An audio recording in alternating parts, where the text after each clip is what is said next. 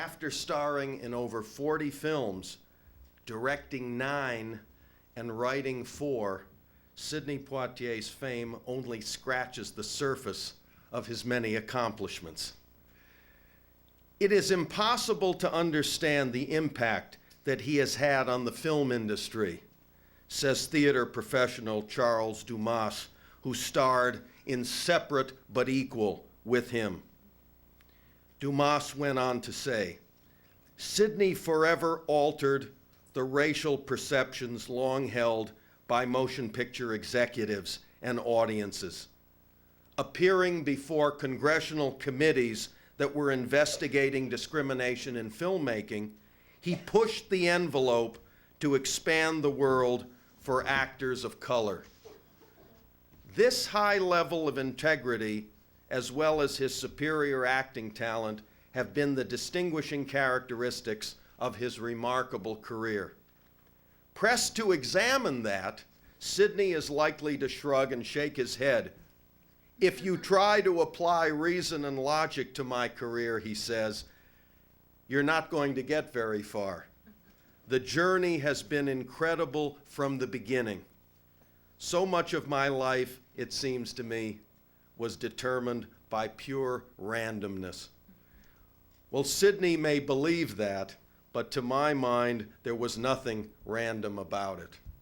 From the moment in 1950 that he first appeared in a starring role opposite Richard Widmark in No Way Out, it was clear that he had something special. And through the years, he reinforced that by refusing to accept roles that offended his dignity as a human being, choosing carefully, but taking advantage of opportunities as they came. And they did come. In 1967, he not only starred in the biggest box office hit of the year, but at one time, he was recognized as the prime box office star in America, as of course you learned from the film. But box office was only the icing on the cake. Just a short list of the titles of some of his films: Blackboard Jungle, The Defiant Ones, A Raisin in the Sun, Lilies of the Field, for which he won an Academy Award, In the Heat of the Night, Guess Who's Coming to Dinner, evokes memories of movies that not only entertained us, but were about something, that had something to say to audiences about the complexities of life. Well, listen, I could go on a great deal more about Sidney's life and his work, but you all just saw this remarkable documentary special that did it better than I could up here. I just want to say how delighted we are to have him tonight here at Santa Monica College, and to have this opportunity to talk with him and ask him some of the questions that I know we have. So at this time, let me welcome Mr. Sidney Poitier. Thank you.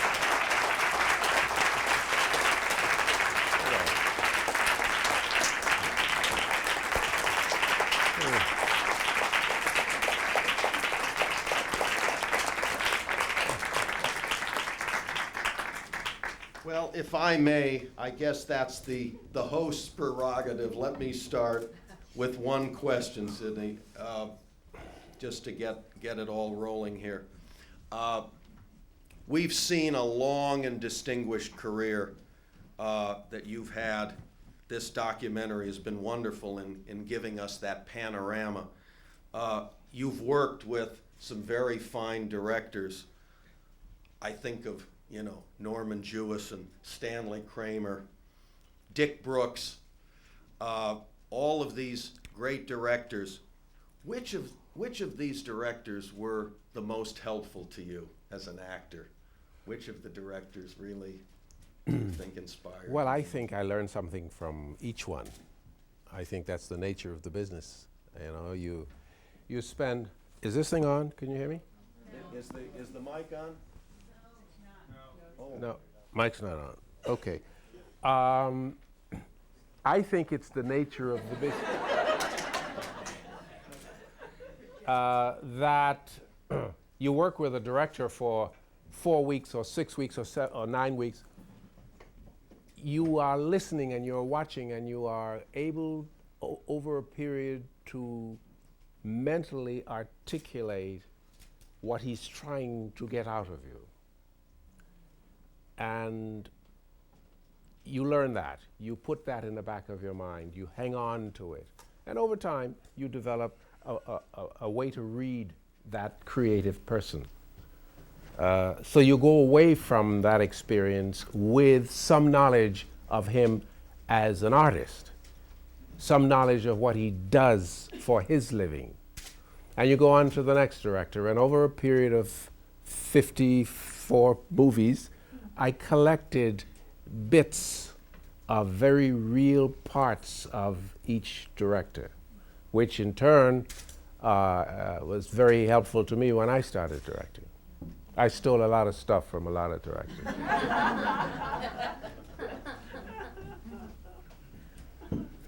What I think we need to do, because of the fact that we're videotaping, how many of you have questions that you would like to ask? Can we ask you to come into the aisle here, this left aisle, and come down to the podium? Those of you that have questions for Sidney, do that now if you would. Come forth, because we have to speak into this microphone, and what we'll do is we'll put it so that everybody, bear with us for a moment. You have a loud voice. But we have to actually record into this mic. So why don't we begin to form a line? Any of you that over this next period think of questions, just come up and just form a little line going back up the steps there, and then we'll take each one individually. Oh my goodness. Good. All right, let's have the first question. And speak right into this mic if you want.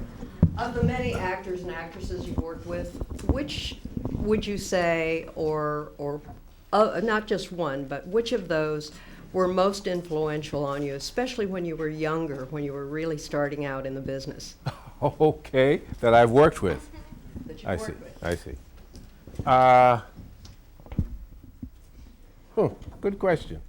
If you would expand that question a little bit in terms of the very first exposure I had to other actors. As Richard Widmark, for example. Well, he would be the first, indeed, because it was the first film I made. He was remarkable, wonderful man, extremely gifted, quite unlike what you see on film. He was a gentle, wonderful human being, but he was an exquisite bad man. Yeah. And there were others. Come. There's been a great deal of criticism about the quality of current Hollywood movies, and I was just curious as to what you feel have been the most influential or the best Hollywood movies of the past decade. Well, my goodness, I've seen a great number of films over the last decade being 10 years. I've been at the game for 50, who? She's reading my mind, this girl. There's a difference, there's been a difference. And what are the great films? No one can really tell, because the range is so wide. You have thousands and thousands of motion pictures that have been made. And I think it was rather ambitious to try to select 100, as was the case with the American film. Very ambitious. It's difficult, because you then have to apply a certain kind of measurement. What was the film about? And at what time in history was it made? And what was driving the creative force behind it? Was it the impact of a writer who originally did a novel, or was it just an imaginative, powerful director like Capra or Houston or Ford? Because that's how those things came about, and you cannot take them out of their natural context in terms of history, in terms of where the country was at that particular time. Grapes of Wrath was a great movie for almost any decade. But a movie like that came along once every decade. Thank you for the question, sir. Hi, thank you, Mr. Poitier, for being here. You're such a beautiful man, and let me tell you, I have watched almost all of your films. And Thank you. just thank you for portraying a positive role of being an actor. And my question to you is, do you feel that they're given more, that they're given a chance to more ethnic groups, a chance to portray multi-roles today, not just being black, but Hispanic, Chinese, multi-roles? Yes, I think that there has been quite a movement in that direction. I mean, obviously, you look at the package of films that are coming out or came out over the last 15 years. You have a considerable number, comparably speaking to the time when I was the only one, a considerable number of young actors, and we don't need to name them. You see them quite regularly, and they're excellent, many of them. And there are black actors, obviously, and there are Hispanic actors as well, and there are Asian actors. Nowadays, we have arrived at a wonderful place where they are coupling black and Asian actors, and the results have been quite productive. They've made an awful lot of money with a couple of films called Rush Hour 1 and 2. So in that regard, there has been really substantial movement. If you were to ask, is the playing field level? No, it is not. But I think before you start discussing the degree of the playing field in terms of its level, you have to acknowledge the progress that has been made, and it has been considerable. Thank you. Thank My you. name is Tawana Walker. Pleasure to meet you. My pleasure.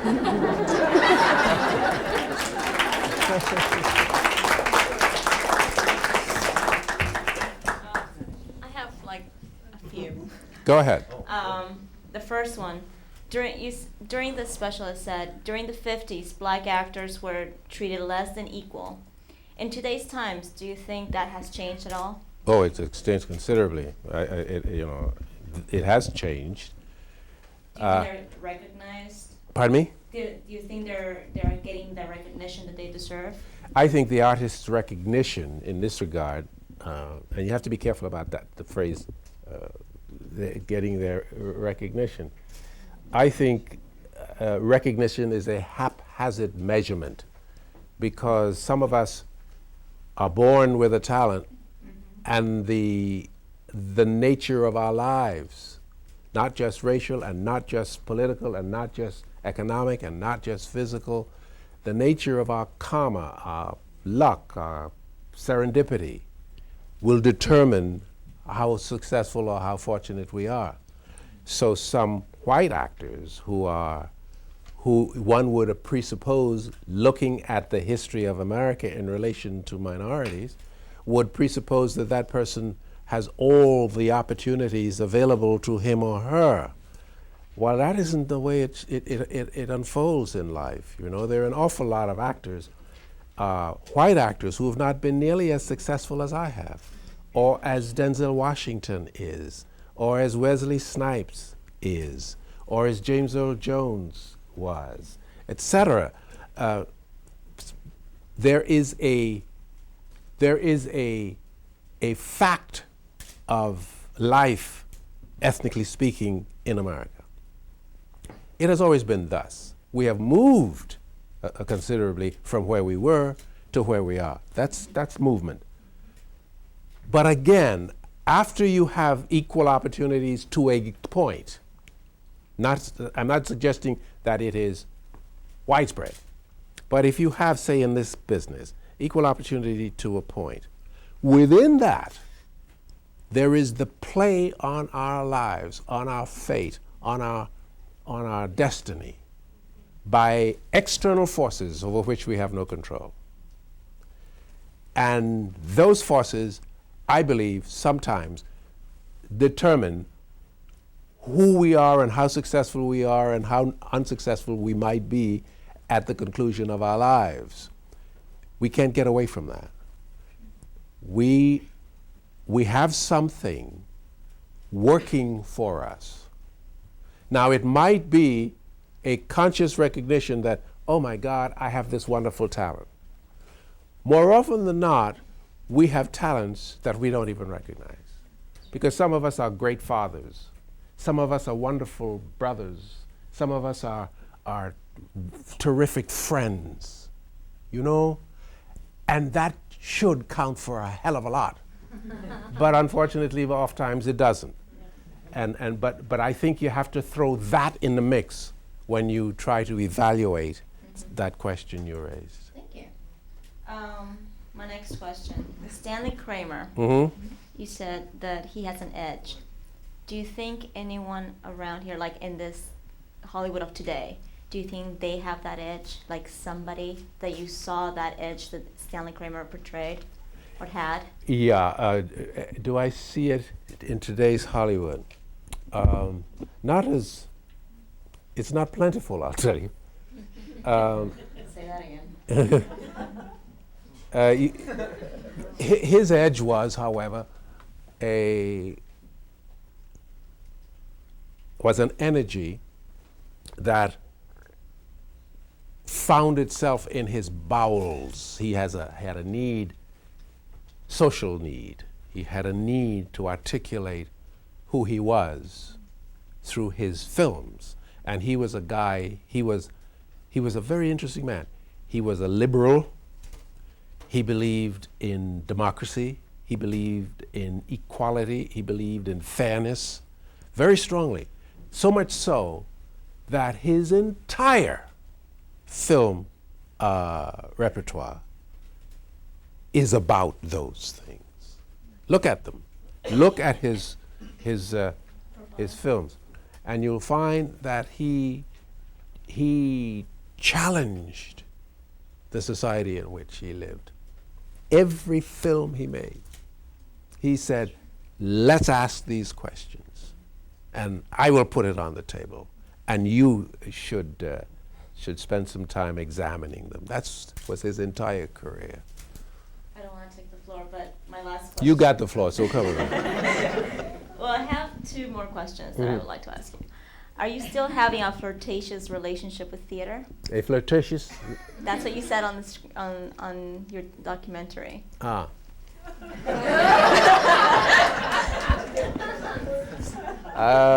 I have.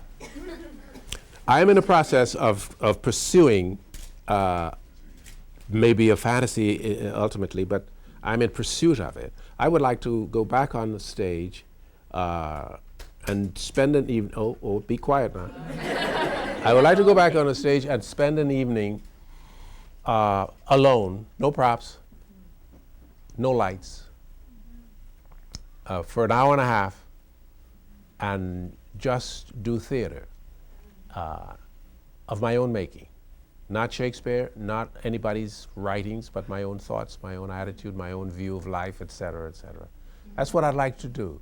That is, for me, the ultimate theatrical experience, and I've always wanted to do it, and hopefully, if my years permit, I'll have a shot at it. That's great.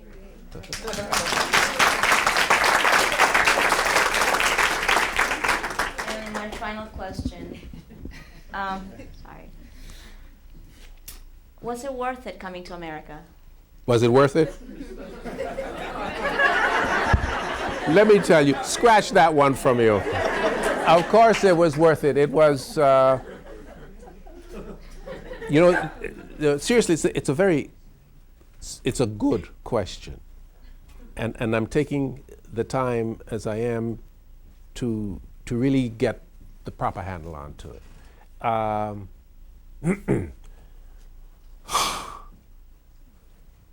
Some of what I am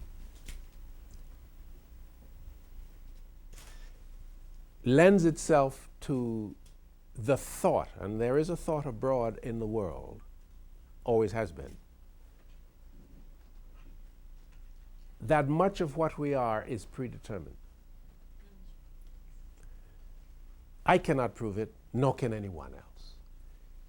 But just as faith whatever it is. Faith is not just a religious. It can be a philosophical. It could be all kinds of faith in, or faith about, or faith around. Most times you can't prove it. But the absence of proof is only valued at 50%, because its opposite is always possible. So that my life, I believe, there was some influence somewhere that I haven't the faintest idea what it is, came to bear. Because as I said on the film, the application of logic and reason falls down, completely breaks down, if you try to analyze my life and career. It will make no sense to you. Now, the only thing I say is I brought to the mix a determination, but that's all I brought. There were so many other things operative that I have no idea what they were. And I think that applies to all of us in one way or another. That's the answer to your last question. Thank you. Hi. Hi. I don't have quite as many questions. Okay. When you first started, I know your agent, Marty, helped you out a lot with getting good roles, but how were you able to break those barriers and not have the typical stereotypical roles? I mean, how did those films come up, and how were you able to say, I'd like that role, instead of, Well, it And did. actually, to add on also, and like today's films, like why do you feel, or do you know why there's still very stereotypical films these days, and why there isn't more strong films for minority groups? I'm not saying that there isn't. I'm just saying that there's still many films that are very stereotypical. So anyway, sorry. Well, Marty Baum was quite helpful to me, but I was somewhat, I had some contribution to make in that equation, because when I came to Hollywood, long time ago, I came to do a film called No Way Out. That was my first job. I had already determined before I got to America from the Caribbean, and that all of my thoughts and what I'm about to say additionally was driven by who I thought I was. I always thought that I was a good person,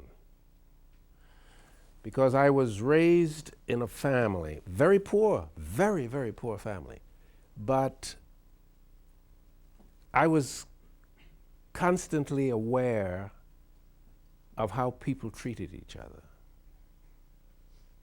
My mother treated my father in a certain way, my father treated my mom in a certain way. The neighbors were treated by my parents, and in turn treated my parents in a certain way. So that I got a glimpse of how good relations unfold. And I began to get my sense of self from that. There was nothing about the society that taught me that I was different on the basis of race, on the basis of economics, on the basis of any of the influences that would later begin to corner me. So I had a wonderful period in life, the earliest years of my life, in which I was just a kid. And I could almost tell you the day I became aware of my imagination. because I found myself daydreaming one day, walking the beaches. And I said, oh my God, I could live in my mind. That's wonderful. I could make up stories and stuff like that.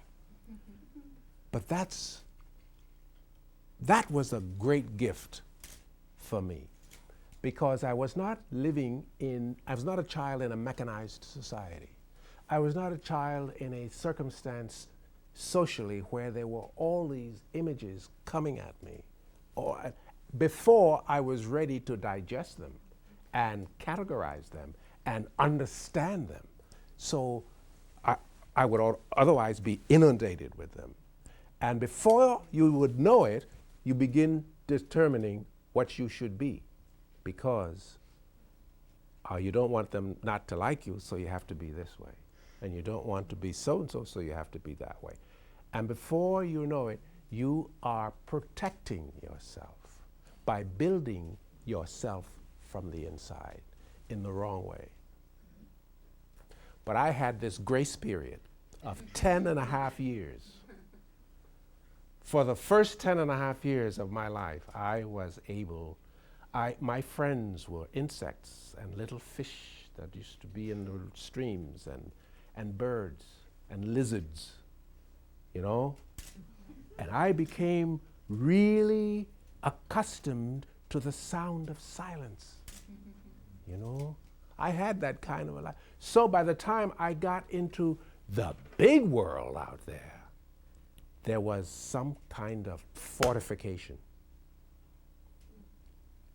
And every time there was something I didn't quite understand, I would turn inward to that as a barometer to tell me, what, is that right or is this right? And almost always, I would wind up saying to myself, this is right. So, that's the Marty Baum part. The other part, I think that there are actors who do parts that maybe they shouldn't. But how do you say that to an actor? I've never done that.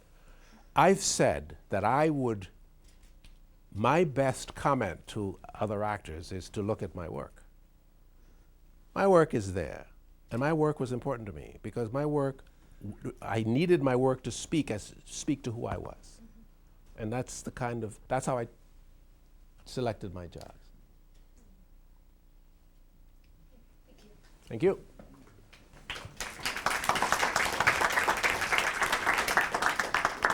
Mr. Poitier, good evening. Good evening, sir. I have to say, just for myself, and I'm sure it's something you've heard many times before, but God bless you for your contributions. Thank you, my good sir. Thank you very Wonderful. My question for you, which actually you ended up addressing a little bit with the last question, which I found very surprising from the documentary that we just saw. And it was actually not really about your work, but about your personal life, that I found just very impressive, very surprising, was that being shipped off, leaving your home at such a young age, and hearing you describe it as really a long 10 and a half years, and also being so acutely aware of relationships and how your family and friends were treating one another, how did you avoid feeling a sense of any kind of resentment of your family for, in fact, sending you off at such a young age? Good question. It seems ironic, really, but I think it's fantastic, because obviously keeping that healthy point of view and what you did establish at that young age, and the respect that you seem to have carried for your parents, just your mother and your dad, your whole life, I'm sure had a great impact. But it just seems ironic, really, for any child to come to an explanation as to why did mom and dad send me away at such a young age. Wonderful question. I painted a picture to now of my first 10 and a half years. My first 10 and a half years were the years I spent on Cat Island. And Cat Island was this semi-primitive island where my parents lived in a complex of maybe 900 people on the whole island. And the island was 3 miles wide and 46 miles long, so the settlements were kind of sporadic, and there weren't great numbers of people in each settlement. And that is the setting in which my first 10 and a half years were spent. I had friends other than birds and little fishes and stuff. But then my father was a tomato farmer, and he earned his living, and my mother earned their living tomato farming. That's what they did, and they sold their produce to people who would take it to America and Florida and stuff like that. But theirs was a very hard, difficult life. But it had that kind of simplicity, that kind of naivete, that kind of purity.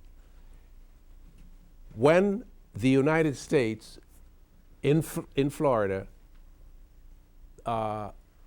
put an embargo on the importation of tomatoes from the Bahamas, my father lost his livelihood. They had no alternative but to go to the capital island called Nassau, but Nassau was 360 degrees. It was a tourist area. For instance, on Cat Island, there were no cars, no electricity, none of that stuff. On Nassau, there was all of that stuff. Everywhere you look, it was stuff. And it also had all of the attendant vagaries, such as temptations of every kind. And in no time, the pure little kid that I was on Cat Island, at 10 and a half, I find myself, first of all, in a place where there's electricity. I looked at light bulbs. I had never seen a light bulb. On the way from the boat that brought us, my mother and I, to Nassau, we were looking for someplace to stay because we were going to move the rest of the family. But because I was the baby, she traveled with me, and I was the 10 and a half year. Okay, she stopped at a little kiosk, and she bought something, 2 somethings. She gave me one, and she started licking the other. It looked to me like mashed potatoes. Well, I know what mashed potatoes is, so I bit into it. It was ice cream. My head froze. I was 10 and a half years old. I had never tasted ice cream. I tell you, I was so shocked, I thought I was going to die.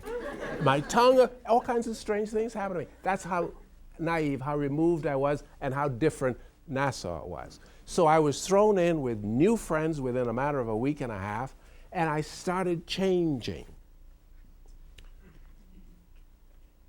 I changed a lot.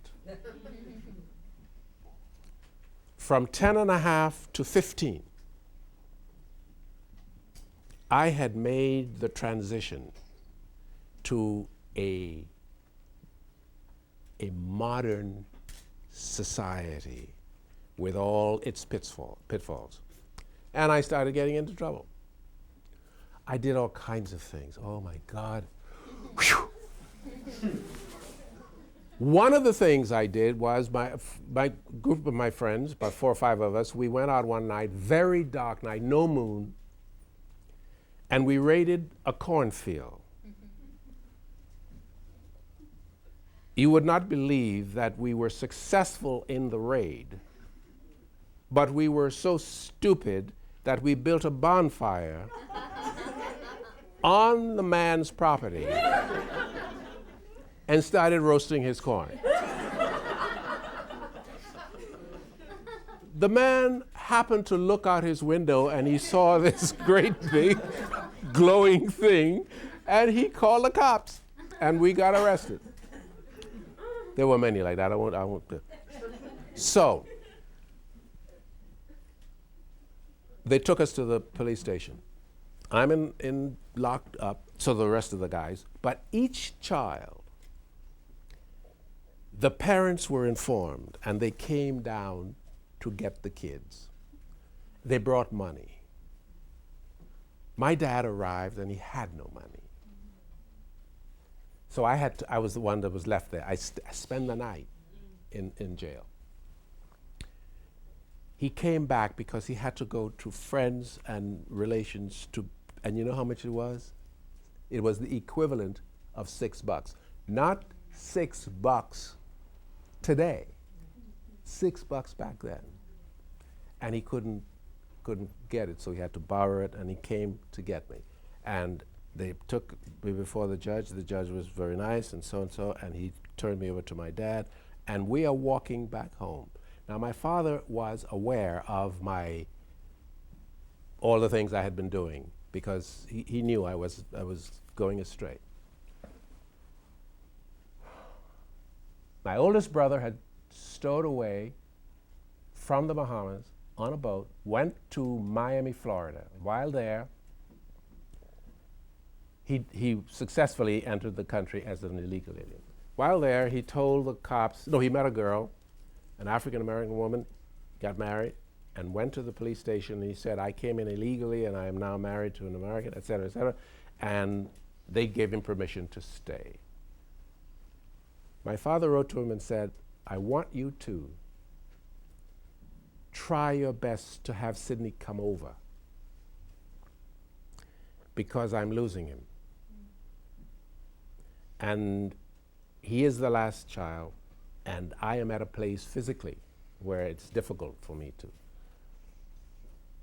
And that's why they sent me away. And you understood that? I understood that quite well. Yeah. God bless them for sending me. It's been a pleasure. Mine, sir. Good evening. Good evening. Mr. Sidney Poitier, I Good just evening. wanted to say that I feel very honored that you were here tonight to share such invaluable knowledge with us. And I wanted to just elaborate a little bit more. The young lady also said about that strong sense of self and pride that you bring to your work. And I feel a special sense of pride and a lot of admiration, because I think also because my background is West Indian, and that was one thing that definitely struck me with the work that I've seen you to serve with love, especially the respect that you said that you did demand of the children that you taught in that show, in the movie. And I also felt that today the movies that we have that are being produced, there is a lack of that respect, and that I think the directors and writers are not instilling those values anymore. And I just think that a lot of the older film work is just so much richer because of that. And I really wish that we could try to reintroduce some of those old values that I think that we're lacking. I mean, it could be just an erosion of our moral, I got it. in our I think. culture, but I think that we definitely need a little bit more work there. And another thing that I also wanted to say is, as an aspiring writer, filmmaker, and actress, I have a personal project that I would like to market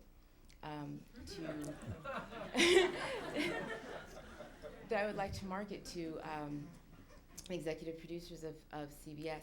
And my question is, how do you market a project if you're just entering the industry?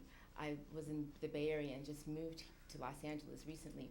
And what is the best way to actually market your project if you haven't established a network?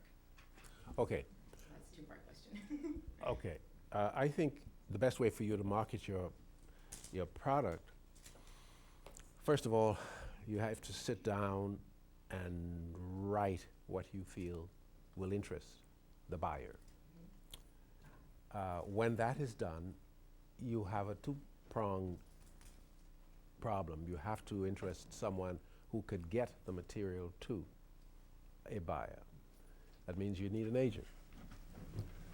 The only way you can get an agent, you may have friends who have agents and they may have your stuff read by an agent, but most agents these days don't earn their keep. Agents don't go looking. I wouldn't be here if my agent, Marty Baum, didn't go looking and take on the job of finding places and circumstances that I could fit. But so your first job is to make sure that you're a writer, write. But don't write what you think they're going to buy. Write what you know is good and interesting and inspires you. Go and write, and then take it, mail it. You can get a list that long of agents, and you can send them 10 pages of a story outline. Or you can send them a 20-page treatment. And let me tell you, there's still enough magic in life that if your stuff is good, somebody's going to notice it. Okay? So your job is do the work. Get out there, hustle your butt off, get that list, get the names right of the people who run that particular department, or the agent's name, what his address is, or her, and send it, and send them a nice, seductive letter saying that you've heard of them and you know if they're worth it, or whatever you do. And ask them to just simply read it, and if they find it of interest, your address is, and your phone number is. That's it. You can't do more than that. And let me tell you, that's plenty. And if you have something that's really good, you're going to hear from somebody.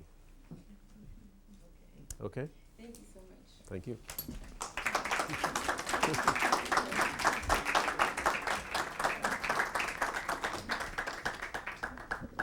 Good evening, Mr. Poitier. Good evening. My name is Simone. Like everyone else, it's certainly a great honor to be in the presence of such a talented and influential individual. I think we, as an audience, have all been captivated by your performance. And personally, I was deeply moved after having watched Guess Who's Coming to Dinner. But getting to my question, especially with what's happened with the tragedy on September 11th, and with the hate crimes that's occurred, racism obviously still exists. After all, America is a melting pot of different cultures and races, and the demographics of America is changing constantly. And my question is, what do you think entertainers, actors, and performers can do in Hollywood to decrease the prejudice and racism and ignorance? Because after all, they do have a lot of influence. Mm-hmm. Well, I think it's a very good question, but I'd like to broaden it a bit. Okay. Because it is a problem that cannot be fixed by actors alone or the industry alone. Absolutely. I think it is a national question, and it can only be solved with a national awareness of what needs to be done about it. You know, we have a tendency in our country, as formidable as this remarkable country is, we have always had a tendency to sidestep difficult and unpleasant questions. The whole question of slavery, for instance, has yet to be opened for debate by the country. And here we are in 2001, and that debate has not taken place yet. We are indeed, as you say, we are a culture that houses many different ethnicities and different races, different religions. we have at the foundation of what we are this remarkable instrument we call the Constitution of the United States. It's a remarkable instrument. It allows for what we're doing here tonight. It allows debate and exchange. That is the foundation. Most countries well, let me not say that, but let me back up and say most countries are not that fortunate. Debate is the lifeblood of this country. And we have allowed ourselves enough debate to keep growing. There is such sensitivity about certain questions. Race is one of them. We have other questions of which there is enormous sensitivity and polarization. Sex is another, all kinds of things. We don't discuss sex. We plaster it all over the tubes, but we don't discuss it. So we stay away from certain things. Therefore, the question that you raised has to do with all of us, you see. I believe that America is going to continue to be a multicultural community. If it continues to be multicultural and democratic, it's going to have to be more fearless than it presently is. It's going to have to face some of the hard questions. And it's going to have to wrestle with them. Because there are 6.5 billion of us on this little planet. We represent a family. And just as some individual families are dysfunctional, so can the big family be dysfunctional. But in face of being dysfunctional, we have to find, big family and small, we have to find some kind of balance that allows us to continue as a family. The world is made up of opposites. And between every set of opposites, every one, there is an immeasurable point at which there is perfect balance.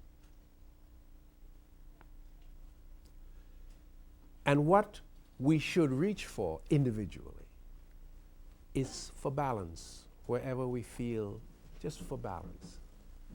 Sometimes our ego or our greed or our insensitivity or our lack of initiative will push us in a circumstance in which there is an imbalance. And to retrieve that sense of balance is so difficult. Therefore, it is my advice to myself and to you, because it is so difficult to find a balance, you always look for it in yourself. Look for it in your relationships. Look for it in your work. And I look for it in my work. I look for it in my work in that there is an honesty in me. There's a falsehood in me as well. There is love in me and there is hate in me. These opposites are in me. And therefore, I try to be in touch with them so that I could find where the balance is between any given set of these opposites. Does that make any sense to anybody? Yes. Thank you. Nice seeing you. Hi. I guess we're going to have to. Talking to you. I'm going to ask two. I've got like a list, but I'm going to ask two questions really quick, kind of piggybacking on what she asked you. Yeah. So quickly, also because of the sign of the times that you were in, you seem to become very politically involved. Mm-hmm. Were there any times during all that political involvement that you felt that, oh my gosh, what am I in for? What have I stepped into here? Was there any time you resented any of that and just wanted to be an actor? I never resented it. What I resented was, that's a very good question. What I resented was that I was always perceived as a black actor. And I always fought against that because, no, I loved being a black actor. I loved more being an actor. But I resented being always with the press in those early days. They would ask me all the questions that would come out of this narrow channel. And the narrow channel was the black thing. And maybe you saw it on the screen. Did I tell them off? All right.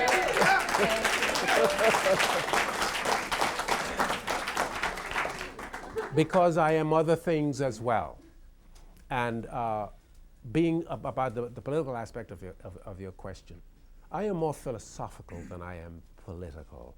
Politics tends to be very wavy. It comes and it goes. It depends on all kinds of externals and stuff like that. There are certain basics, I believe. There are certain fundamentals that never change, you know. And I tend to search for those because I can find myself among them, you see. I was political in my young life. I was a firebrand, as a matter of fact. The Actors' Equity Union in New York was hand in glove with the producers that kept minorities out of off Broadway. And I did what I could about it. I used to sit up and raise my hand and ask questions and embarrass the leadership, and got blacklisted for some of that. But I learned eventually that that was not my center, politics.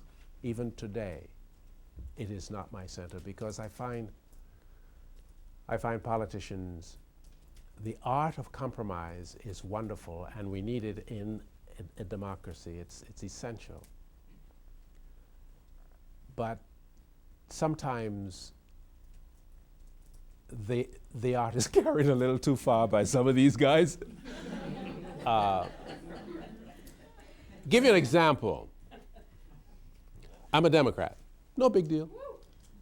But when a guy I really respected, Gore, made the choice to play politics with that little boy in Florida,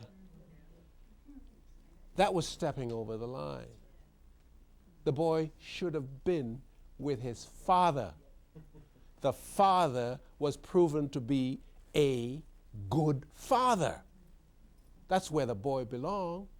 And once the boy is with his dad, where he belongs, then we can fight the battle of whether he should live in so and so and so and so.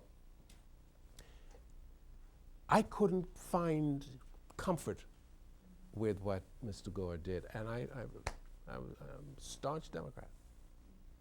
But so philosophy allows me room, and I swim in it. It's my sea. I love it. I find great comfort in it.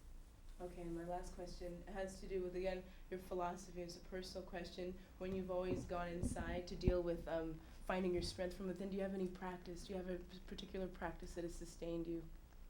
Yes. Now, I don't know if you're going to be able to do this. It's I okay. just want to know what your practice is. Okay.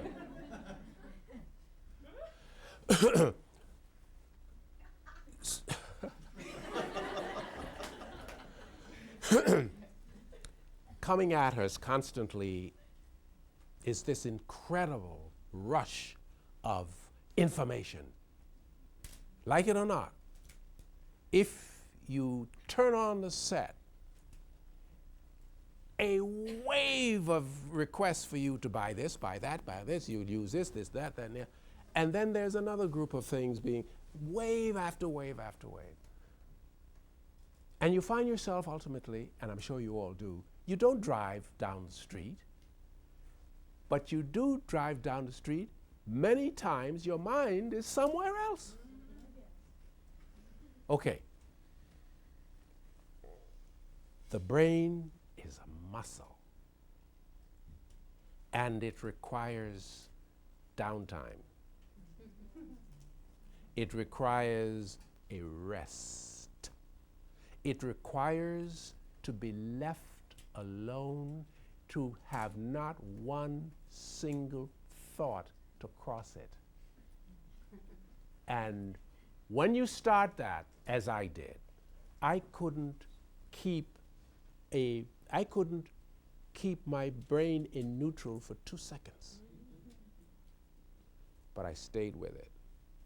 I am now able, I am proud to say, when I need to give my brain downtime, I can throw it in neutral. And I could walk around the house, or I could sit, or I could look at the flowers for minutes. For minutes. It is like, and I am 74 years old, going to be 75 February 20, I require a nap in the afternoon. And what is a nap but giving your mind a rest and your body at the same time? So, if you can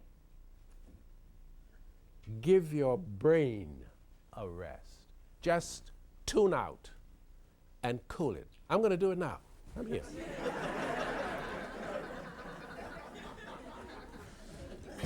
Thank you, my dear. Love you tremendously. Love Thank you you. as well.